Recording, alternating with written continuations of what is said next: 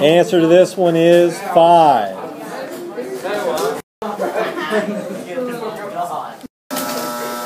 Answer for this one is -2. All right, here's the warm-up quiz.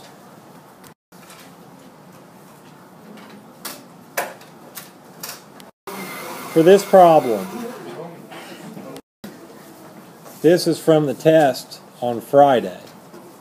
If you need the x-intercept, you put a 0 in for y. So 0 equals a -12x plus 8. Move this to the left-hand side and get a 1/2x equals 8. Divide 8 by 1/2, which is the same thing as 8 over 1 times 2 over 1. So the answer is 16.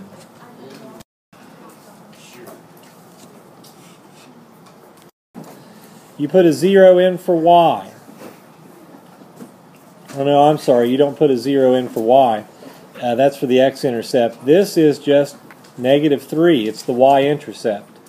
It's already in slope-intercept form, so the answer is -3. Last one. This is the x-intercept. This is the x-intercept, so you're putting a 0 in for y. And then you must move this to the left-hand side and change the sign. Divide -12 by 2. Answer is a -6.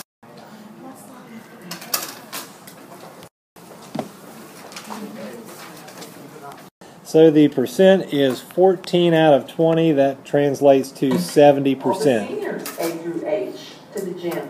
Seniors A through H. I'm leaving all these on the recording. I'm making a highlight film of all the announcements today. All right, if you have credit for your homework, bring up a number from 1 to 20. The winning numbers are 1, 3, 4, 9, and 17. Here's a multiple choice before we go to the homework answers. Block letter only. Okay, to find the x-intercept, you have to put a 0 in for y, and you will get 0 equals -2/3 x plus 12. Move this to the left and get a positive 2/3 x equals 12, and divide 12 by 2/3. That's the same as 12 over 1 times 3 over 2, which will give you an answer of D, which is 18. All right, here are the homework answers. These were problems, and for example in this one the equations were y equals 5, y equals -4, x equals 6, and x equals -2. If you did not read the directions, then you put dots on each of those numbers on their respective axes. You have to read the directions. These are lines. I've had several people come to me with points and didn't know from the directions that it's lines. We did this on a test. An x equals a number is what kind of line? Horizontal or vertical? Vertical. And y equals is what kind of line? Horizontal, yes. Alright, so once you draw the lines, you have a box in the middle, and it should be 8 by 9. Area is length times width, so you multiply and get 72.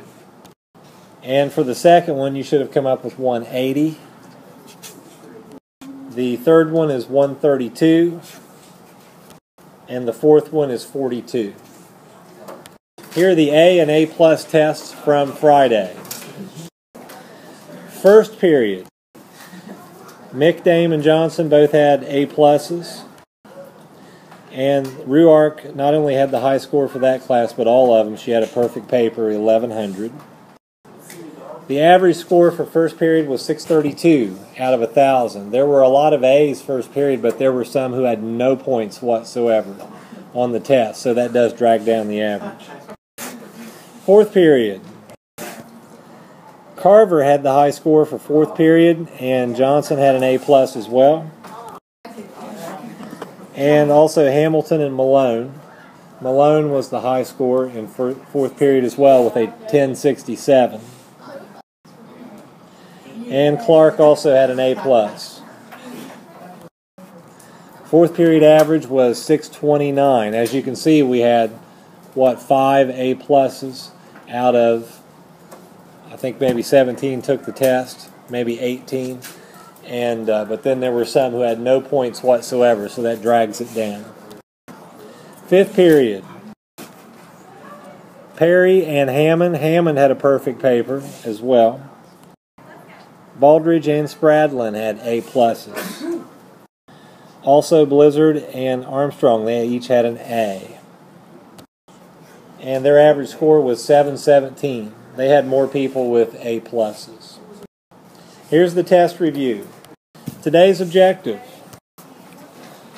You're still going to create equations in two variables, except they're going to be created for you to start with for this day and tomorrow. You'll create them in about the third day, and you'll also have to graph these at some point. But for today, we have to start off from the very bottom. Here's a pre-lesson review. If you can do the stuff that's coming up in these next 10 slides, then it's going to make this a whole lot easier for you. In the problems that you're going to get today, you're going to have two numbers that you have to look at. And you have to decide what the lowest number is that both numbers will go into. Look at -1 and 4. Forget about the sign. You're going to have to change those to positive numbers, and it's got to be the lowest positive number that both both 1 and 4 will go into. Forget about the signs. Just think of it as 1 and 4. What's the lowest number that both 1 and 4 will go into? 4. 4 will not divide into 2 evenly. You have to review the multiples for those numbers. So what would I multiply a -1 by to get 4? -4, right. What do I multiply 4 by to get 4? 1. Here's 2 and 3. What's the lowest number that both 2 and 3 will go into? 6. What do I multiply 2 by to get 6? And what do I multiply 3 by to get 6? 2. -3 and 5. Forget about the signs. What's the lowest number that both 3 and 5 will go into? What do I multiply -3 by to get a positive 15? -5. And what about 5? -6 and -2. Forget the signs. What's the lowest number that 6 and 2 will go into? 6. 6 will go into itself. What do I multiply -6 by to get a positive 6? -1. What do I multiply -2 by to get 6? Yes. 5 and -2. What's the lowest number that 5 and 2 will go into? What do I multiply 5 by? And -2? -5. -1 and 2. What's the lowest number 1 and 2 will go into? 2. And what do I multiply -1 by? -2 and 2? 1. 4 and 4. What's the lowest number they go into? So what do I multiply by? 1. -6 and -2. What is the lowest number that 6 and 2 go into? 6. Yeah, so I didn't hear any 12s that time. We've made progress. What do I multiply -6 by? 1. What about -2? -3. 4 and -8. What's the lowest number 4 and 8 go into? 8. Yes, I did not hear any 32s or 16s or anything like that, so that's good. What about 4? 2 and -8? -1. 10 and 2, lowest number. 10, yes, I didn't hear any 20s. That's good. So what about 10? And 2? 5. Okay, here's example 1. What we just did is going to help you out tremendously to start this problem. Because if you can't start the problem, you're not going to be able to finish it. In this problem, you have two equations. Both are in standard form. And the goal for this problem is to solve for x and y. You have to solve for x and y. Here's where you use what we just reviewed. 8 and 9. What's the lowest number that 8 and 9 will go into? 18. 9 will not go, or 8 will not go into 18. 8 will not go into 36. 72 is right. 72 is the lowest number that 8 and 9 will go into. What would I have to multiply 8 by here to get a 72? 9. So I'm going to multiply everything in that equation by 9. What would I have to multiply 9 by here to get a 72?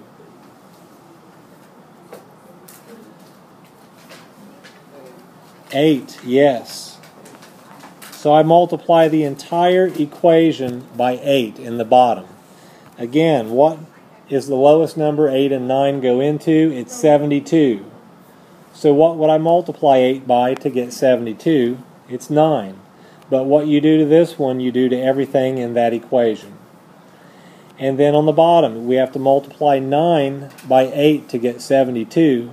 So what I do to this, I do to everything in that equation, multiply by 8. So actually do that. On the top equation, multiply everything by 9. So that would give you 72x plus 27y, and then minus, or a negative, 936.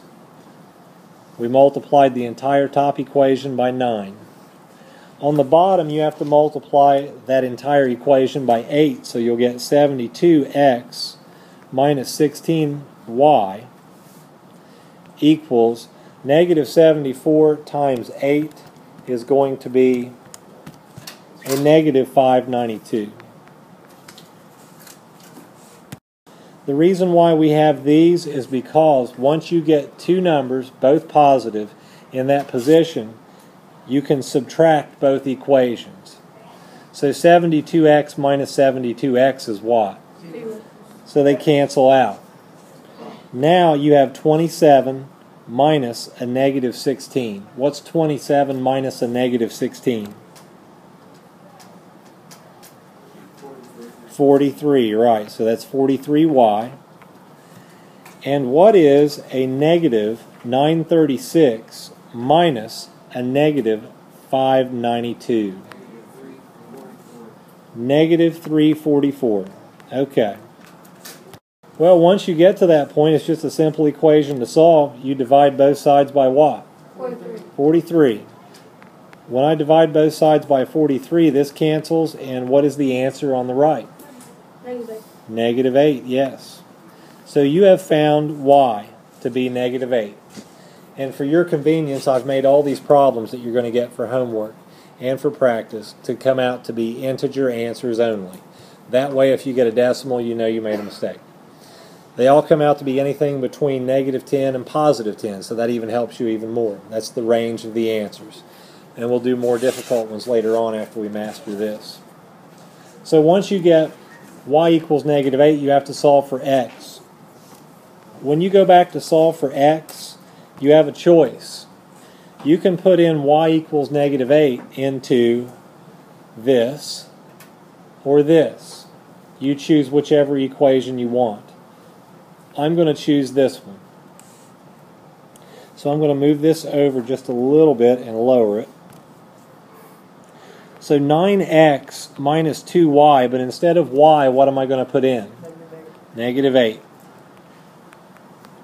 And then I'm going to solve this equation. So negative 2 times negative 8, that's going to give us a plus 16.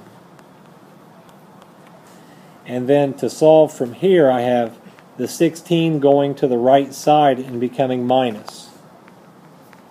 Negative 74 minus 16 is a negative 90.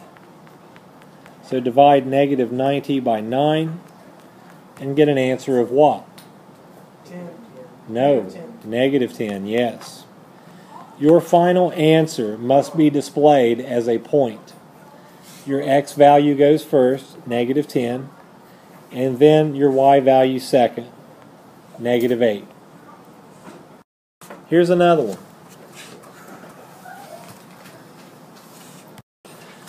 On this problem, we have a negative 9 and 6.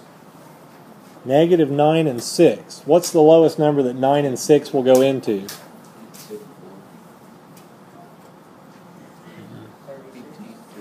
18 is the lowest number that they will both go into. So since it's 18, what do you have to multiply this by to get a positive 18? Not 2. Negative 2, right. So we'll multiply everything by negative 2 there. And then on the bottom one, what number do I have to multiply 6 by to get a positive 18? 3. Now go through those two equations and multiply by what you're supposed to. The top equation you're multiplying by negative 2. So it's 18x minus 2y equals 140. And on the second one, you're going to have 3 times that equation. So that would be 18x minus 21y equals 102. What do I do next? How can we cancel them out? Not dividing. Subtracting, yes. So we subtract both equations and those cancel out. Now, what's negative 2 minus a negative 21? 19 is right. What's 140 minus 102? 38. Can you see what the answer to y is going to be now? Yeah, the answer is 2. So once I get an answer for y, where do I go with it? You plug it back into your equation. Yeah, plug it back into this one or this one. Always choose the one that looks easiest. And to me, this one looks like it's the easiest one. 6x minus 7y equals 34. So 6x minus 7 times y, instead of putting in y, what am I putting in? 2. So we'll raise this up so you can see it. Negative 7 times 2, that's going to give me a minus 14. And then you're going to move this minus 14 to the right and make it plus 14. That gives me a 48. If you divide 48 by 6, what do I get? 8, yes. So that's the answer for x. How do I write my final answer? 8, 2. This is not the end.